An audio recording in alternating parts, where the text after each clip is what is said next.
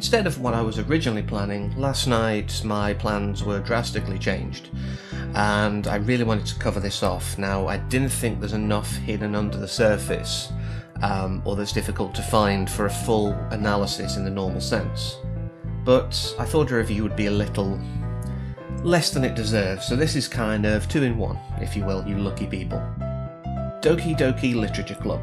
It sounds silly. It's very much a moe visual novel about sort of joining a literature club with 3 other girls, to begin with. But it's so much more than that.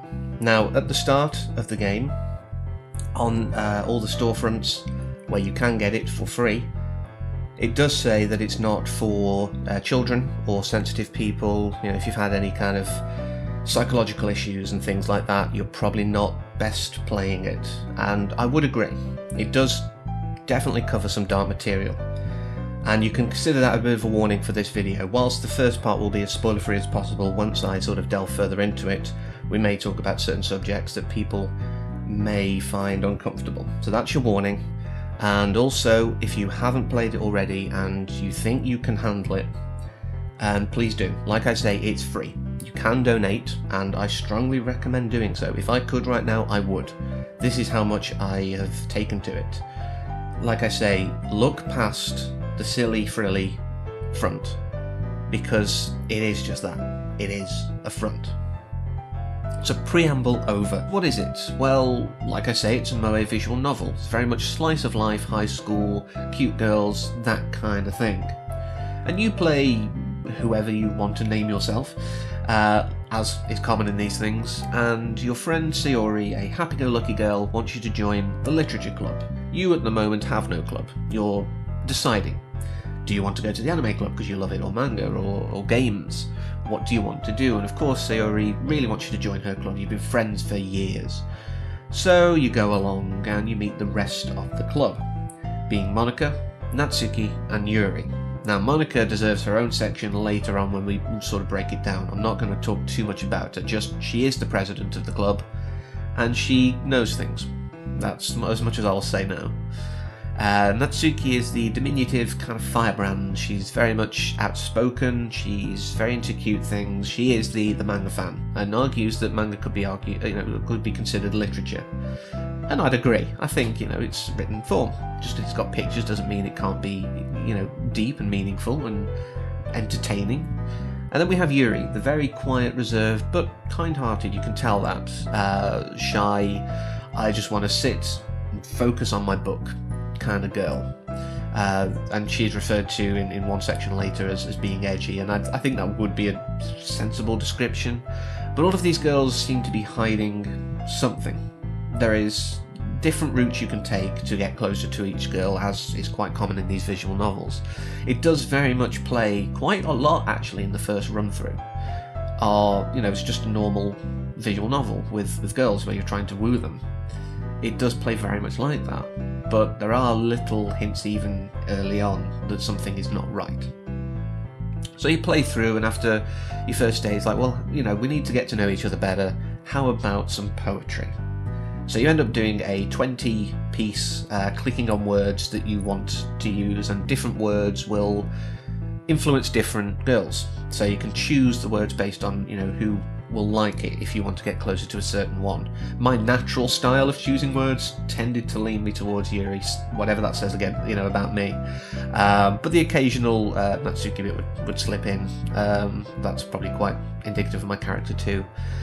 But I did gravitate towards Yuri on the first run through. But then you get the sort of final day where you're preparing for the festival to try and woo more members to the club, because there's only the 5 of you and it's just barely an official club. You apparently need 4 for that status, which comes into play later again. And you prepare with whoever you choose, and then you have a moment with Sayori, and this is where the game really starts to get interesting. I saved before the choice, as you do in these kind of things. Even on day 2, if you will, Monika even says, make sure you save between, and then goes, wait, what am I saying? What's that mean? Because of course, they're not meant to be characters in the game. So again, this is an element of the breaking through the fourth wall, if you will. And like I say, it gets quite dark and heavy, and we'll cover it a bit more later. And then you play a very different game. You restart with someone not there, and it's very important you join because you are now the 4th, not the 5th member. But things are wrong. Things keep being very strange. Glitches happen. The world is falling apart. There is a glitch in the Matrix here. And it just devolves from there. You know, various times throughout it throws different font styles and different words, and you may have seen it if you've looked this up online, the pictures of Natsuki with her eyes sort of scribbled over when she's kind of a bit weird. And it's because it's a game, and once you come to the ending you'll understand why everything was happening. And that's as much as I can really say on the sort of spoiler-free, reviewy side of things. But now we're going to get into the heavy territory, we're going to get into the spoiler territory. So again, if you are sensitive, I'd recommend probably avoiding past this point and just going, okay, that sounds interesting, or however you feel about it. Or, you know, if you don't want it spoiled, I'd say come back later and see if my views correlate with yours. But this is really where the meat, I think, comes in with this game, because the dark situation that happens is, of course, Sayori's suicide. Now, I said to her, I love you, you know, I was like, well, to be fair, actually, they do seem to be very close. I was looking at it logically, and I don't know if that's the best way to have done it, or emotionally. But I looked at it and I was kind of, well, they're very close, they spent a lot of time together, and it would make sense, you know, maybe there is that bond there, and I've just been avoiding seeing that.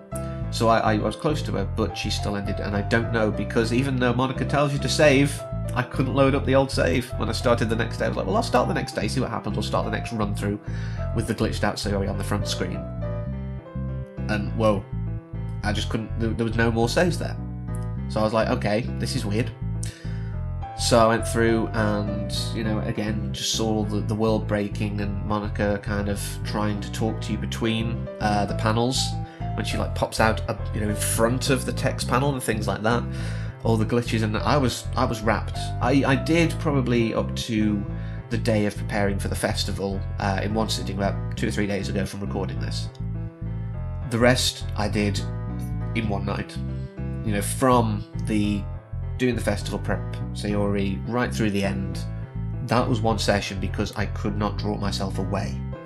This is, like I say, why I wanted to do this. So we have all these glitches, we have the world falling apart, and in my playthrough, Yuri went crazy at me. She was very scary, very, very obsessive, #1 fan kind of. I love you so much that I've marked this poem with my scent, and all these kind of things, and ended up stabbing herself because I was like, no. Because Monika had said, help her. You know, don't encourage her, don't enable her. I was like, okay, yeah, I won't. I'll just say, no, we can't do this. And she just stabbed herself there in front of me. It was terrifying. It was, I can't do anything about this. And again, going on the advice, I was like, well, before I make this decision, I will save. I tried loading, it just skipped forward some hours. Tried it again. It was dark now. So I just hit the skip button, and it went through 2 days worth, the weekend, till Monika came back. And then of course she opens up. Throughout all this she has been, I don't know, omniscient almost. She knows it's a game, she knows what it is, she knows that this world is not real. She tweaked Yuri's character to make her crazy stalker. She even influenced Sayori. We see it on the last day where, you know, she says, oh yeah, Sayori says something about Monika saying something to her about something. We don't know what, but I guess it was, maybe you should just end it. And that's quite a scary thought when you realise this. She's made Yuri, I don't know if it's different with Natsuki, I don't want to play it a second time in many ways, but she made Yuri go crazy. She made her obnoxious and, you know, sort of difficult to deal with to try and push us away from her. She's the obsessive one.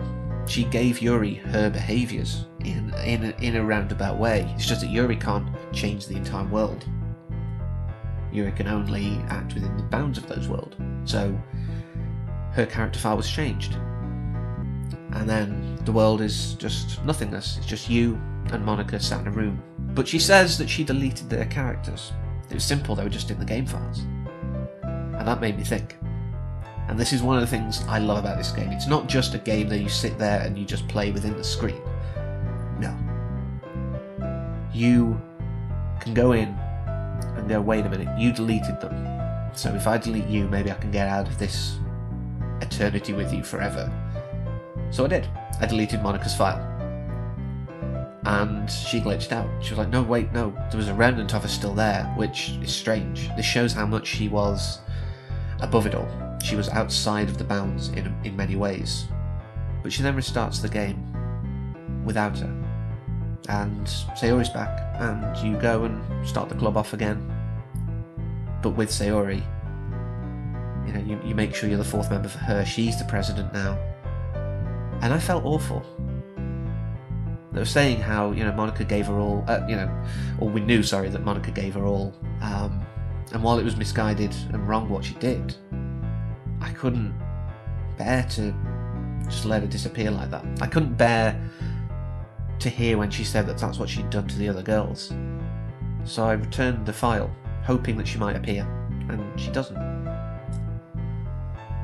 Not really, anyway. I mean, there is an element of her still there, and I don't know if that was because I restored the file or not, but there was still an element of her somewhere in the world. I could feel it, I could tell it. And it was a really interesting game. You know, Team Salvato did a great job, and like I said up front, if I could give even the $10, you know, for the supporter pack, fan pack, I would do, because yeah, you know, I've mentioned before, games are great for transporting you away to fictional worlds and touching you deeply. And obviously we know how I feel about a lot of movies, the fact I analyse them quite in depth, and TV series.